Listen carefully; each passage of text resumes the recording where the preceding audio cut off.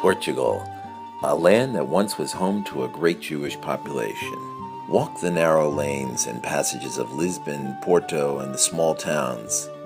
You'll find faint echoes of Jewish life that once filled these quarters.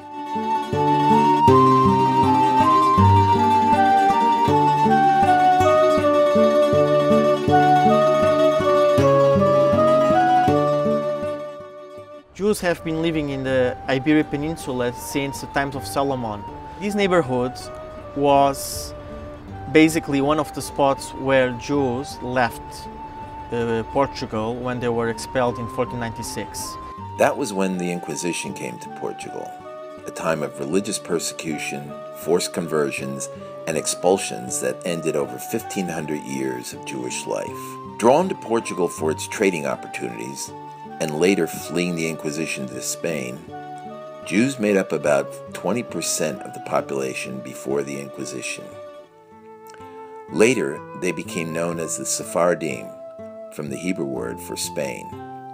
Practically all Portuguese have Jewish blood, and I think there's a genetic memory that continues and that will continue for many generations. That memory has caused Portugal to examine its Jewish past and to rediscover its Sephardic heritage. The Portuguese network of Jewish quarters with municipalities and with Jewish communities in Portugal to recreate the history of the Sephardic people in my country. Red de Judiarius is one of several initiatives in Portugal to connect to the nation's Jewish past.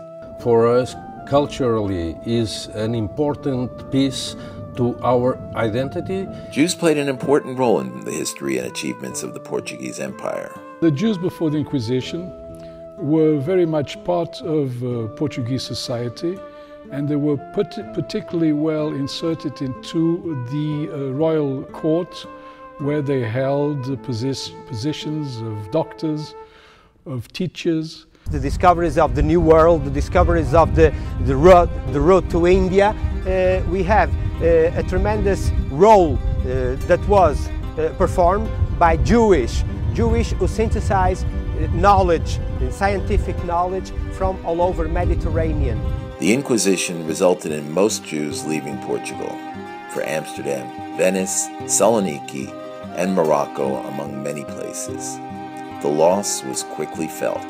The arrests and confiscations by the Inquisition in 1617 were a tremendous blow to the trade of Porto.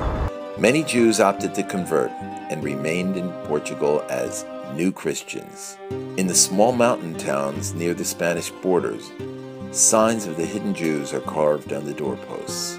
The mezuzot have the shin up, and here is placed down. So all the things that were supposed to be in the mezuzah is here. Remarkably, some hidden Jews managed to retain their traditions over 500 years. In the town of Belmonte, a community has come out of the shadows, expressing its Judaism openly and with pride. Jews began to return to Portugal in the 19th century as the religious and political environment became more comfortable. My own family, one of the first to leave Portugal after the Inquisition, and they fled to the Azores. The descendants of the same family were the first to return to Portugal. During World War II, over 100,000 Jews fleeing Nazism found safe passage through Portugal to the US and Latin America. Some remained. Today, there's a small but committed Jewish community centered in Lisbon. Our community, which originally was a Sephardic community, today the majority is Ashkenaz because of all the refugees that stayed.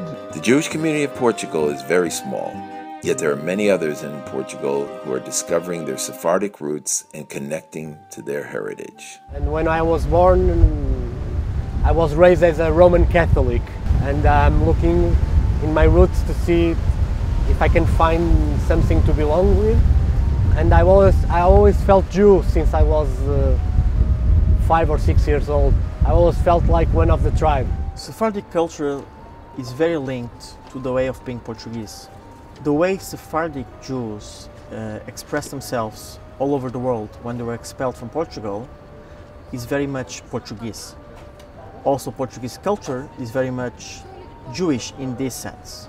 We can hear that in the sad Portuguese fado, music that resembles the Ladino songs of the Sephardim.